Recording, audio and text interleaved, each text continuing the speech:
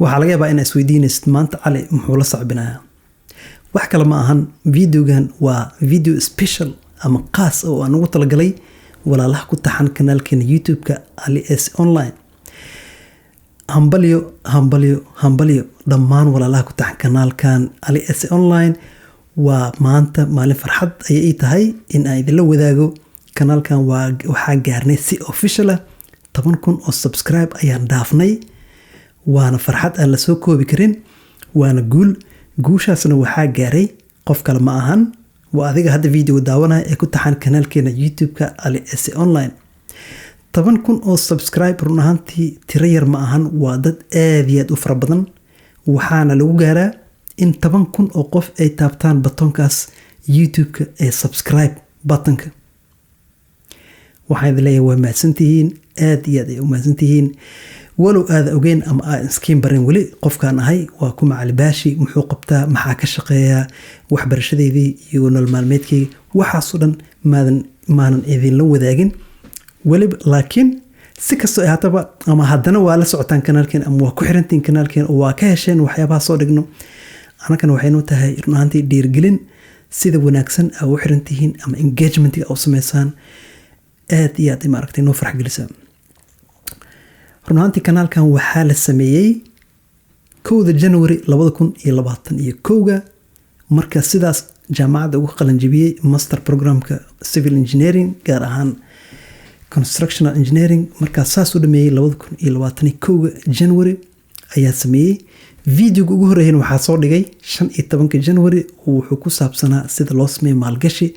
videoga ugu horeeyay wuxuu noqday viral, dad badan ayuu gaaray oo markaas waa content markaas la xiiseynayo oo ahaa Soomaalida dhexdeeda. kanaalkan muddadii ugu horeysay 6 bil ugu horeysay waxaa ku gaarnay 1,000 subscribe. saacadihii loo baahnaa waa buuxinay. muddo kadib ilaa iyo maanta oo ay maaragtay 2 sano wax yar ka laaban tahay, waxaa ku helnay ama ku gaarnay in ka badan 10,000 oo subscribe. 2 beri ka hor waxaa gaarnay 10,000. 2 beri ay kasoo wareegatay waxaa gaarnay 11,100 subscribe. marka si fiican ayay ku soconaa. waana dareemi karaa in loo baahan yahay content-ga soo dhigno oo u badan inta badan teknolojiyadda, sida wax maaragtay loo isticmaalo teknolojiyadda, dhiirigelinta iyo waxyaabaha la xiriira personal development. muhiimadda kanaalkan ka leenahay ma ahan oo kaliya in aan subscribe badan helno ama in aan lacag ka sameyno. muhiimadda ka leenahay kanaalkan waa in aan dad badan oo walaalaha Soomaalida gaarsiino ama ku faafino cilmiga, in ay si free maaragtay markaas ku helaan. haddii aad u fiirsatay YouTube-ka luqadaha kale dadka ku hadlo, waxaa arkaysaa content aad iyo aad u fara badan oo haddana bilaasha. markaas Soomaaliga baarto waa aad iyo aad ay kooban tahay. kanaalkan runtii waxaa ka horeeyay kanaal kale oo YouTube oo aan leeyahay oo asigana gaaray 10,000. kanaalkaas waxaa soo dhignaa xisaabta oo kaliya, walow barihii u dambeeyay ka mashquulay oo wax badan aan la soo dhigin. kanaalkaas waqtigii bilaabayay wax maaragtay dhibaato jirta darteed ayaa markaa asigana u bilaabay. waa xisaabta wax soo qof Soomaali oo xisaab soo dhiga markaas waqtiga bilaabayay way yareed ama maysan jirin, dadkana aad ayay maaragtay u xiiseynayeen. marka muhiimadda sidaa soo sheegay waxay tahay in aan helno meel maaragtay content free oo maaragtay macluumaad ama cilmiga u badan, haddii ahaan lahayd waxbarashada, dhaqaalaha, maaragtay waxyaabaha la xiriira oo dhan, ama personal development, cuntada haddii ahaan lahayd, waxaasoo dhan, wax kastoo cilmiga ku saabsan oo free. waxaa jeclan lahaa inay dad badan soo dhigaan oo maaragtay dadka ugu faa'iideeyaan. haddii aad Soomaalida waxa caanka ah ama iska caadi ah inaad ka hesho waxyaabaha entertainment-ga, filmaanta, ruwaayadaha, waxyaabaha baraanki, qosol iyo aroosyada, waxyaabahaas aad ay ugu buuxaan iyo heesaha. laakiin waxyaabaha cilmiga diiniga uu ka buuxaa dabcan, laakiin cilmiga maadiyanka ayaa aad iyo aad u daneyn lahaa inaan arko dad badan oo wax soo bartay oo haddana waxay soo barteen dadka ugu faa'iideynayaan. okay, run ahaantii aad ayaa idinkugu mahad celinaya mar kale.